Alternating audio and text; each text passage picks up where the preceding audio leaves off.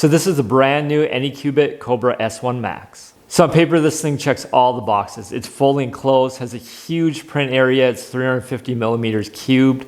It also comes with an optional Ace 2 Pro, so you can do multicolored prints. Super fast XY core printing system, and basically everything you'd want in a 3D printer. Now, sometimes the specs don't always live up to the hype, so in this video, we're gonna do the full review on this brand new Anycubic machine. So right from the start, I was really impressed with the build quality of the machine. Now, some of the Anycubic ones I feel like were a little cheaper materials in years past. This is definitely a premium machine. Now, overall, unboxing, setting this whole thing up, not bad at all. The hardest thing might have been trying to get it out of the box. I know there's a way to rip around the box. I ended up just cutting it, but it's definitely a handful for just one person, so just be aware of that. After that, for setup, everything's really a breeze. There's just some pretty obvious screws that you need to take out, and if you don't, and you start it up, it'll cause all kinds of racket. So make sure you get all the screws, follow the instructions, and then especially if you're attaching the Ace 2 Pro as well, you want to get that all set up as well, and we'll look at the back here. So the back here is kind of a mess, but something to be aware of, the Ace 2 Pro does need its own separate power, so because it's a heated chamber and can get the humidity out, you are going to need a plug for that as well. So just be aware, a lot of machines without that, you'll just have the cable that hooks up to the machine itself, and you won't need the extra power. So you'll need two outlets to plug both these things in. As far as the tubes go, you have the 4 tubes. You just set up, you attach this to the machine. You run the tubes in from the Ace 2 Pro, and pretty self-explanatory, but yeah, it does look like a little mess back here, but everything has its place for sure. Now jumping to the front of the machine, we'll take a look inside here, and really nice glass door here. And here's that huge print bed, 350 by 350. And I haven't had any issues with items sticking or not sticking, I should say. I know I've seen another video where some people are having issues, but so far so good as far as all my prints sticking really nicely. Inside here also we have a camera, we have a really easily removable hot end in the machine, and it also has some cool AI detection for spaghetti. So if your print is going bad and it's just, they call it spaghetti when it starts looping, that it will shut down the machine so you just don't waste filament. Really nice feature to have. So one of the first things I like to do with a new printer is try different material in it, because some printers I've noticed they'll do great on one filament, most do pretty well on PLA, but not so great on others. So what I tried is I did PLA, I did PETG, and I did ABS. And how I tested them out is I did these little benchies. Now PLA turned out absolutely amazing, you know, and this is kind of what you expect to, I want to say, it's 2026, and you expected a new 3D printer to do really well, and it sure didn't disappoint. Now PETG and ABS were also very good. Now PETG, it was pretty old filament, so I didn't know how it was going to turn out. A little shiny on the bottom, but overall all the details there turned out great, and really impressed with the ABS. Now ABS can be, well, first of all, you don't want to be in the room when you're printing it, but also it can be a little tricky. It doesn't always come out great in my experience, but overall all three materials printed excellent. And what's great about the software and modern 3D printing is before you really had to dial in the bed temperatures, the hot end temperatures, all that. Well, now you basically can load your filament, including in the Anycubic software, and it kind of does it all for you. And my results have been very accurate for the preset filament settings in these machines. So after I tried out the different type of filaments and really pleased with those results, I wanted to try a multicolor print. Now what I printed is this low whale. Now in full disclosure, I'm not a huge fan of multicolor prints for the main reason as this little whale turned out great, but this is this is all the filament purchased to make this tiny little whale. So something to be aware of in these huge multicolored prints is they look really cool. I'm glad they had that option, but there is a ton of filament waste that goes along with it. So basically when you're doing a multicolored print, it'll do one little layer, then have to switch colors, and then go back and forth with that Ace 2 Pro. And especially if there's little details or whatever, it kind of has to switch back and forth. And really one of the only little hiccups I had with this machine, not the machine really itself, is the Ace 2 Pro. It doesn't love cardboard spools. I was using a variety of plastic spools and cardboard spools.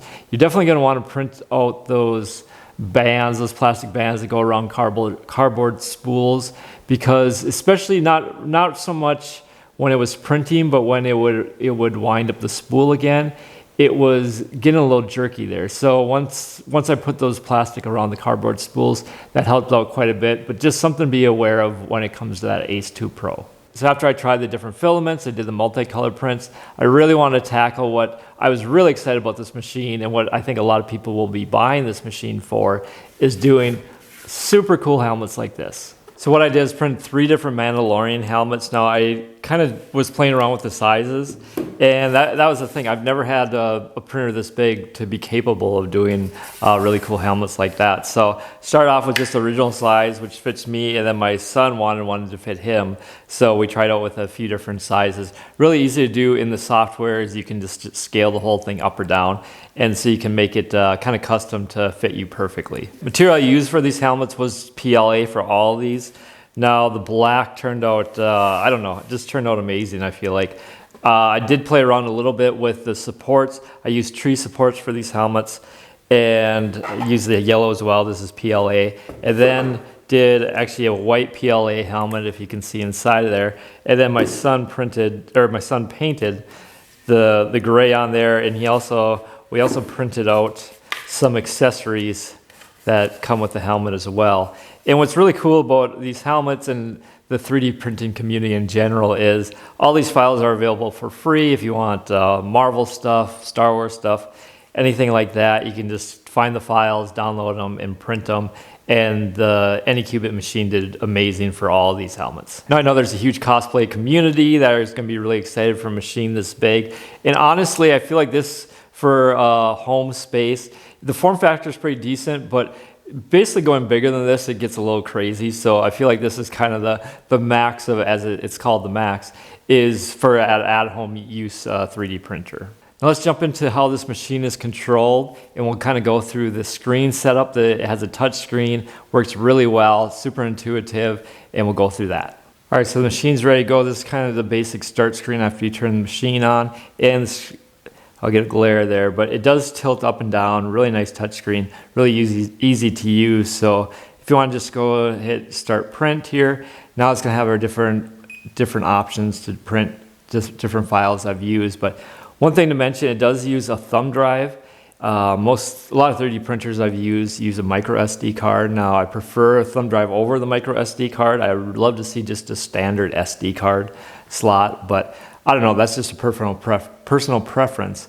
But you can see the files I have here. Let's just go try to benchy PLA.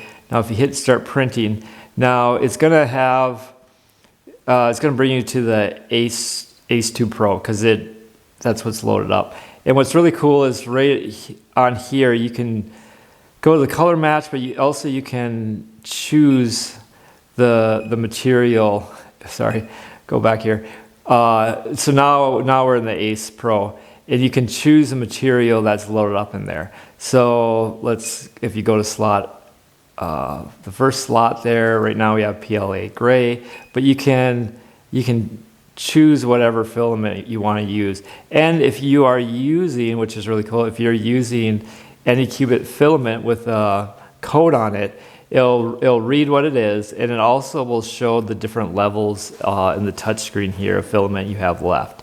So I don't know, pretty intuitive here. You can see all the temperatures. I don't know, easy to play around with, just the general. There's a network setting, so you can set it, hook it up to your computer through your network. You can have an app with it, so the app's really nice. So if you can check your print, you can load up the camera on your phone, and you can see how your print's doing. But overall, really nice touch screen. It makes it so easy having this to start a print or to kind of see how your print's doing as well. So the last thing I wanted to test out on this Kobra S1 Max is really just how usable is that 350 by 350 millimeter print bed. Now, a lot of times with machines, that size isn't really accurate how much is usable, just because with 3D printing and different materials you use, there can be some shrinkage too. So a lot of times the edges don't do all that well. So I ended up just printing out a 1 millimeter sheet, and really impressed with the results. Now I had only one little corner popped up at the very corner. So this is kind of the full print bed for the most part, a little smaller than that, but just one corner peeled up a little bit at the end. Now that I wouldn't call that a fail by any means, because basically any 3D printer I've ever used, once you push the max to that print bed, you're just, I don't know, it's just natural for you to have some issues. So I'm really happy, because I do like to print jigs like that are getting closer to the full size of that bed. So I wanted to make sure that it's basically pretty much usable, that whole 350 by 350. So happy with the results. So overall, really happy with the Kobra S1 Max. I do have 2 of these in my shop now, so it's great to have that extra print size for doing jigs and helmets and all the different stuff I like to do in my shop. Overall, I believe this is a wonderful machine, really nice build quality. The only real issue I had was those cardboard spools in the A system. Now, if you're not worried about the A system, I don't think you're going to have any issues with that at all, but just something to be aware of. Now, if you do have any questions on this machine, please leave them in that comment section below, and I will provide a link if you're interested in purchasing this machine as well. So as always, I'm Chad from Chad DIY, and we'll see you on the next one.